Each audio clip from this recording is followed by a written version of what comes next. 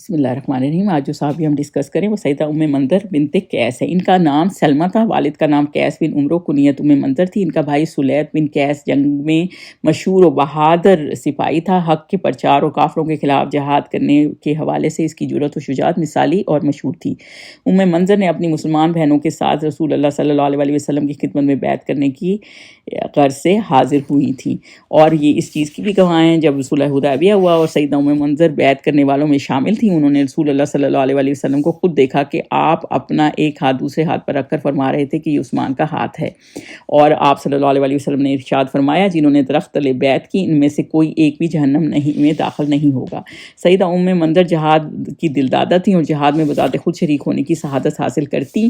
جب رسول اللہ صلی اللہ علیہ وسلم نے غزوہ خندق سے فارغ ہو کر بنو قریظہ کی طرف رخ کیا، جب رسول اللہ صلی اللہ علیہ وسلم کے پاس جبرائیل آئے اور رب تعالیٰ کے حکم سے آپ کو آگاہ کیا کہ اللہ کا حکم یہ ہے کہ آپ بنو قریظہ کی طرف روانہ ہوں، تو اس موقع پر سیدہ منظر بھی رسول اللہ صلی اللہ علیہ وسلم کے ساتھ ہو لی۔ رسول اللہ صلی اللہ علیہ وسلم نے 25 ڈیز بنو قریظہ کا محاصرہ کیا، اور اس کے بعد اوس قبیلے کے سردار سیدنا سعد بن معاذ نے ان کے بارے میں فیصلہ کر دیا۔ جب بنو قریظہ کو تلوار سے موت کی گھاٹ اتارا جانے لگا تو سیدہ منظر رسول اللہ صلی اللہ علیہ وسلم کی خدمت میں حاضر ہوئیں اور عرض کیا، اے اللہ کے رسول، رفاعت بن سمول ہمارے پاس آیا ہے اور وہ ہمارا رشتہ دار ہے اور مجھ سے پناہ کا طلبگار ہے۔ رسول اللہ صلی اللہ علیہ وسلم نے فرمایا، تیری پناہ قبول ہے۔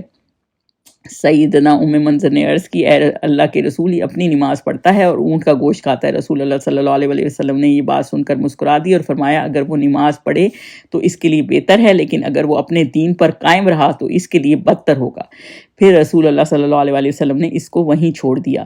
رفاعت نے اس کے بعد اسلام قبول کر لیا۔ اس طرح رفاعت نے سیدنا منظر کے ذریعے سے قتل اور جہنم سے نجات حاصل کر لی۔ رسول اللہ صلی اللہ علیہ وسلم سیدہ منظر کے پاس کبھی کبھار تشریف لے جایا کرتے تھے کیونکہ وہ رشتے میں آپ کی خالہ لگتی تھیں۔ ابو داؤد میں سیدہ منظر بنت قیس انصاریہ سے روایت ہے کہ میرے پاس رسول اللہ صلی اللہ علیہ وسلم تشریف لائے، آپ کے ساتھ علی بھی تھے، وہ بیمار تھے، ہمارے گھر میں ڈول لٹک رہا تھا، ان میں کھانے پینے کا سامان تھا۔ رسول اللہ صلی اللہ علیہ وسلم کھڑے ہو کر ان ڈولوں سے کچھ تناول کرنے لگے تو سیدنا علی بھی کھڑے ہو گئے، وہ بھی کچھ کھانا چاہتے تھے تو رسول اللہ صلی اللہ علیہ وسلم نے سیدنا علی کو کہا، آپ رک جائیں، آپ کو بخار ہے۔ سیدنا علی رک گئے۔ سیدنا منظر فرماتی ہیں کہ میں جو بھگو کر لائی تو رسول اللہ صلی اللہ علیہ وسلم نے فرمایا، اے علی یہ پیو، یہ تیرے لیے مفید ہے۔ سیدہ منظر رسول اللہ صلی اللہ علیہ وسلم سے بہت سی حدیث روایت کرنے کا اعزاز بھی حاصل رکھتی ہیں، اور اس کے علاوہ ان سے آگے بھی بہت سی مروی ہے۔ آخری عمر میں وہ مدینہ سے الگ ہو گئی تھیں اور باہر اپنے بیٹے کے ساتھ رہتی تھیں اور میل جول کم کرتی تھیں اور سارے ٹائم عبادت ہی کرتی رہتی تھیں۔ اللہ تعالیٰ ان کو جنت نصیب فرمائے۔